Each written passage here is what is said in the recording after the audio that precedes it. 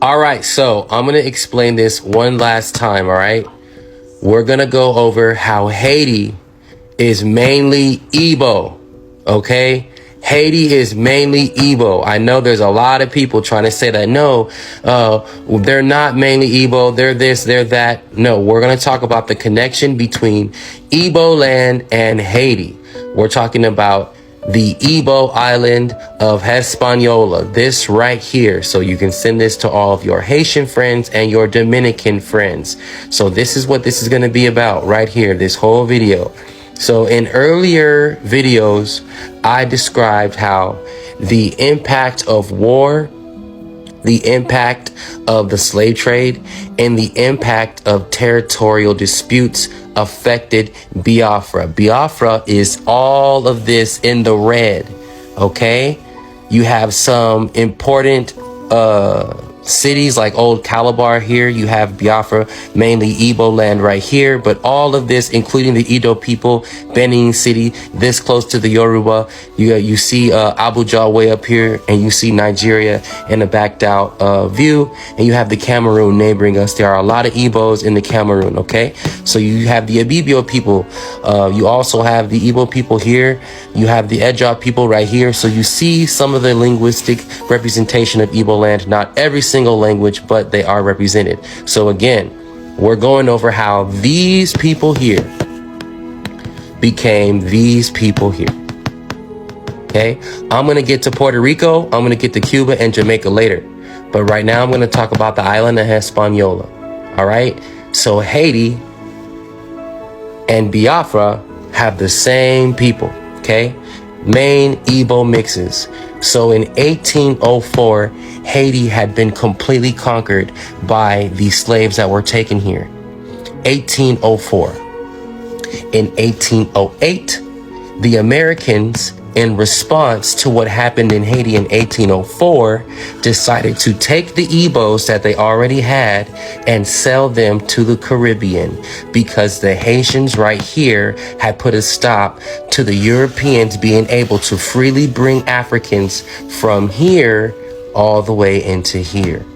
So because Haiti in its location and its power had affected the Spaniards' ability to trade slaves in the Greater Antilles, the English, okay, that were up here in the South at the time, decided that, look, we're going to cut a deal with the Spanish so that the Spanish can continue to fill the slave trade slots that were being affected, because the Haitians, after winning against France, also won against the Spanish.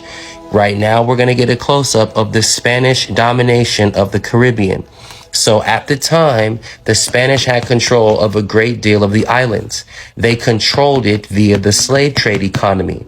Once the Haitians had completely stopped the slave trade over the island of Hispaniola, that affected the ability for Cuba to get slaves, which affected the ability for Jamaica to get slaves, which affected the ability for all the islands to effectively translate the slaves from island to island. So then the Spaniards and the English come together about what to do about this. And this is where America itself shows its independence from England. By now, 1776 has passed, and these are independent Americans who are looking to make a name for themselves. So they got to cut deals. They got to work with other empires. So the first thing that they do on the eve of 1804 is they start to develop the Intra-American slave trade. They were already producing a mass amount of Igbos. The reason why they didn't need England anymore is because they were already producing a massive amount of Igbo slaves in Virginia and spreading them across the states. So they didn't need to go to Africa anymore. They were birthing their own slaves here. And with the amount of Igbos that they had so many that they decided to open their own slave market in the Caribbean, in a response to the Haitians overthrowing the transatlantic slave trade. So this is why, this being the first black country after America to exist, is that influential when it comes with the history of Black America. It started on this island as far as Black America. The black people here are mainly Igbos here, because these people here, as they died, were replaced by the Igbos coming from here. The Igbos coming from here are the same Igbos who eventually took over the entire island. They stopped the slave trade. Once the slave trade was stopped here, the Americans were able to sell even more Igbos to Cuba, which continued to trade slaves until 1888. So even though they banned the slave trade in 1808, it was the Atlantic slave trade that got banned and the Intra-American in 1808 that began. This is how Cuba was continuously getting slaves until 1888. They were provided mainly from the Igbo crop here, much like the rest of the Caribbean. And I'm going to get to how Cuba also has a lot of Igbos. So Haiti put a stop to the transatlantic slave trade.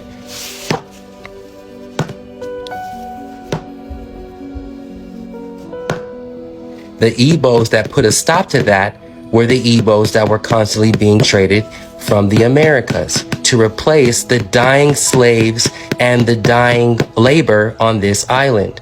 So when you wonder, how are there so many Igbos in Haiti and how are there so many Igbo connections in this area? It's because these Igbos, that were being bred were the Igbos that were sent to the Caribbean to replace the Africans that were being killed over the Atlantic slave trade once they would arrive malnourished, too sick, having to do backbreaking labor in backbreaking environments, drowning, being poisoned, being killed for whatever reason, would eventually get replaced. Instead of having to take a 6-month trip all the way back, you would just take whatever short trip you had to come up to Florida, to come up to Georgia, to the Carolinas, and get you an Igbo and come right back. So as this worked for them for so many centuries, once the Haitians on Haiti destroyed the slave trade from coming into the island of Hispaniola, Cuba had to rely heavily on America to replace. Jamaica had to rely heavily on America. So even though the cultural impact of some of the other tribes in West Africa exists, they exist because the Igbo influences allowed it to. But we were led out of these things that were called the slave trade by the Igbos that were sent here from the Americas to replace the death rate that was extremely high. It was a high death rate. When you arrived to your slave plantation, you usually died very fast because the labor was going to kill. I'll tell you what you're going to do. Instead of going all the way back over here, you're going to go straight up here and get you an Igbo. This is how Haiti became overwhelmingly Igbo. Yes, they're mixed, but this is why you have Creole, because the Igbos here are Creolized Igbos. We are Igbo and something else, but mainly Igbo. The Americans here, we are Igbo and something else, but mainly Igbo genetically. Even though you have Yoruba ancestors, you're mainly Igbos. Most of the people coming here do not know this about themselves because our history isn't properly taught. This is why I could care less how they teach the history now, because it isn't like the American history is acknowledging the Igbo presence enough. We're just calling it a color, but we're really Igbo people.